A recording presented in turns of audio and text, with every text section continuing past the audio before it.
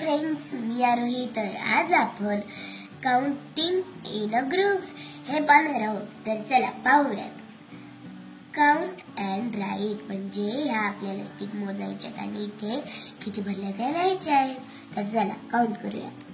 1 2 3 4 5 6 7 8 9 10 11 12 13 14 15 16 17 18 19 20 21 22 23 24 25 26 27 28 29 30 31 32 33 34 35 माझ्या भरल्या 35. मी लिहिले 35. Yash and Rama counted these sticks by two different method. म्हणजे यशनी आणि रमानी वेगळ्या पद्धतीने ह्या स्टिक्स मोजल्या. यशनी कशा मोजल्या? आपण जशा मोजल्या ना 1 2 3 4 अशा, आणि रमानी कशा मोजल्या? अशा. 3 tens and 5 units are singles. म्हणजे रमाने तिने 3 tens म्हणजे हे बघा असे 3 tens केले आणि 5 रिकामे सोडले. हे असे 5 सिंगल्स म्हणजे असे मोकळे. मग किती आले बरं? हे किती होते? 3 tens आणि मग 5 युनिट्स 35. मग एका ह्याच्यात किती असतात? 10. दुसऱ्या ह्याच्यात 10. 1 2 आणि 3 मग झाले 3 tens आणि हे 5 युनिट्स. तर चला पुढे पाहूया.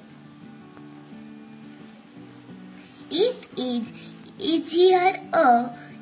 easier to count if we make groups of 10.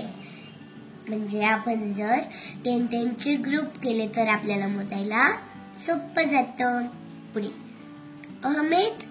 Ahmed's friends have some sticks. म्हणजे अहमेदच्या फ्रेंडकडे काय होते? स्टिक्स. They have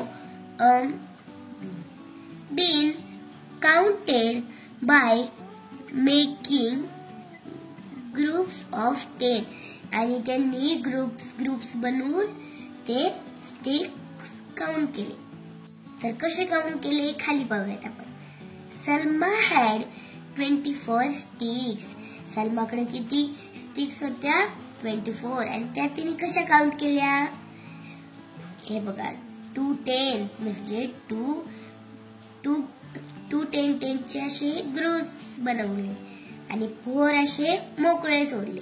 मग किती झाले? 2 tens 4 units 24 is equal to 24. इथे शरद हॅड 45 स्टिक्स. म्हणजे शरदकडे 45 स्टिक्स होत्या. त्याने कशा काउंट केल्या पाहूयात आता आपण.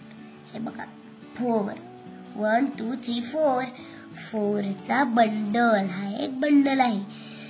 4 चे हे 4 बंडल्स आहेत. मी ते मग 4 लिहिते. 4 tens.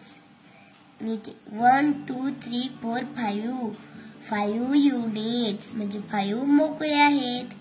4 tens 5 युनिट्स किती होतील मग? Is equal to 45.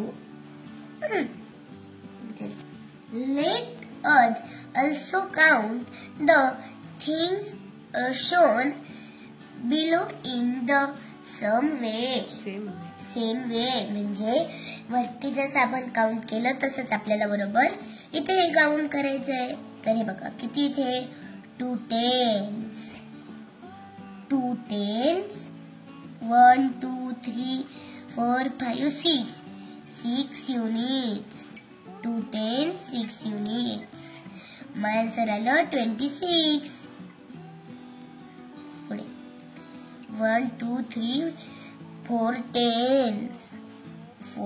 tens and 3 units. किती झाले? 4 tens 3 युनिट 43. इथे 1 2 3 4 5 5 tens, 1 2 3 4 5 6 units, 56.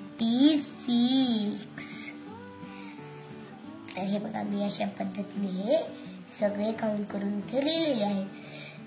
तर चला भेटूया पुढच्या व्हिडिओ सोबत. तोपर्यंत बाय बाय.